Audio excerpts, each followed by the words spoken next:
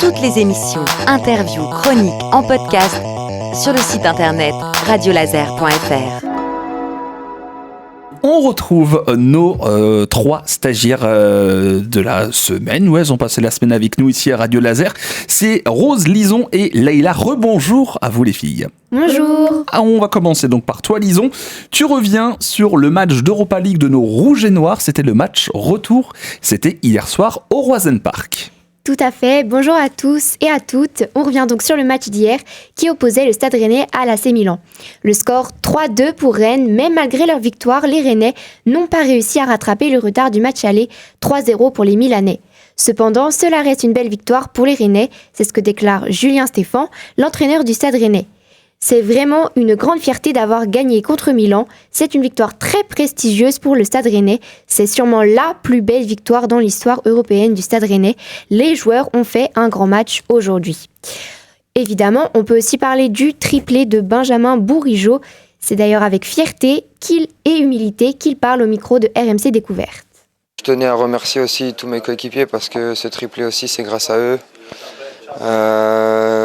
Au moment du deuxième penalty, je me suis réuni avec Martin et Kali qui étaient désignés en 2-3 pour savoir si un des deux voulait le tirer.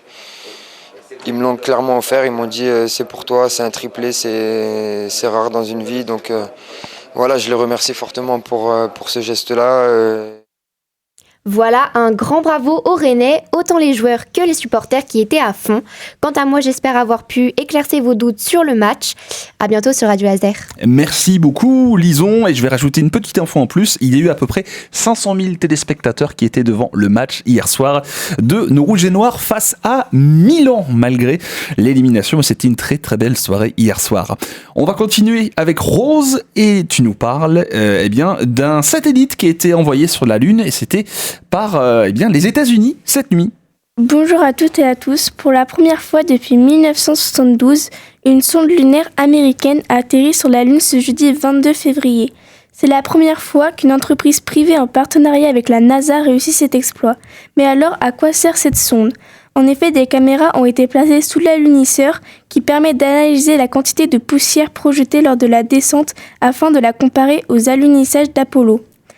Un autre instrument étudiera le plasma lunaire, c'est-à-dire le chargé en électricité et aussi en charge de mesurer les ondes radio en provenance du Soleil ou d'autres planètes.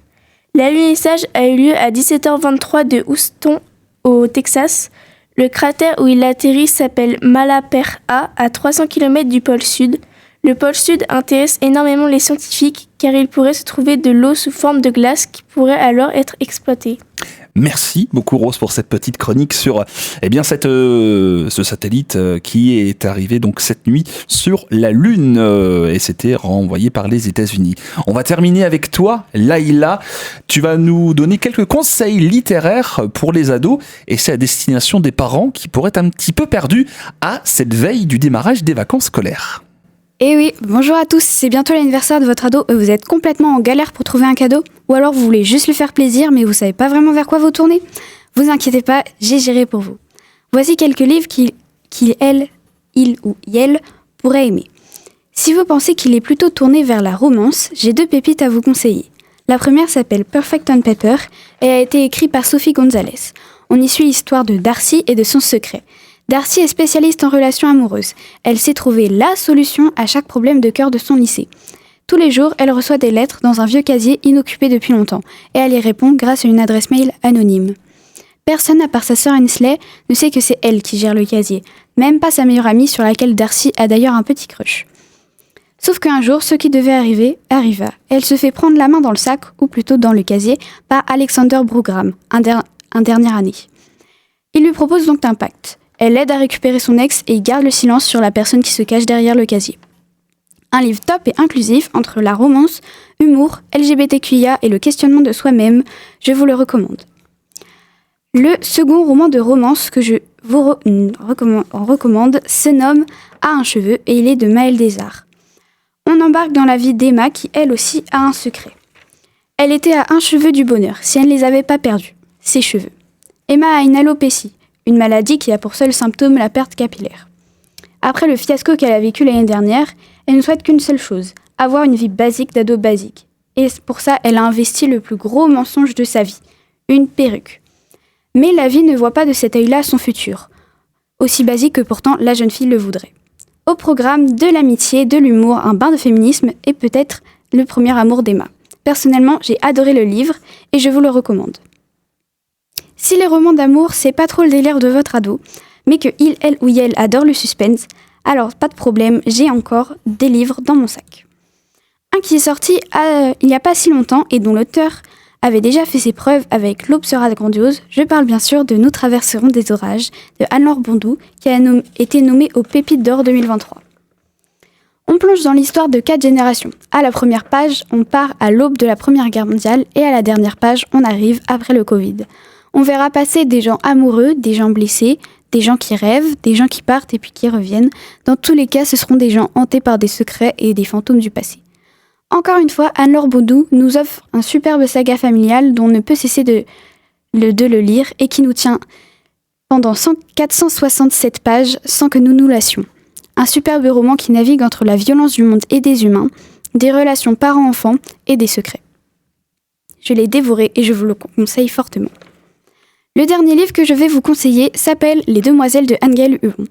On plonge dans le passé incroyable et l'histoire de Rosa, qui a 15 ans quand elle prend la route un froid matin d'automne avec une seule idée en tête, rejoindre le Pays Basque pour devenir couseuse d'espadrilles et échapper à son destin. Mais au bout du chemin, elle rencontre les demoiselles, des femmes fantasques et mystérieuses vivant au milieu des livres et des coupes de champagne. Chez elles, il n'y a que 3 règles. La première, ne jamais tomber amoureuse. La deuxième, ne jamais voler l'homme d'une autre. Et la dernière, ne boire que du champagne missélimé. De ces 3 règles, une seule sera pourtant respectée. Les demoiselles n'auraient jamais dû croiser la route de Rosa, mais pourtant ces femmes vont changer sa vie. Un incroyable livre où on y voit des femmes s'émanciper et vivre sans hommes à une époque où certaines personnes pensaient que ce n'était pas possible. Entre jazz, cabaret, usine, mode et sororité, un livre qui se dévore et que je vous conseille.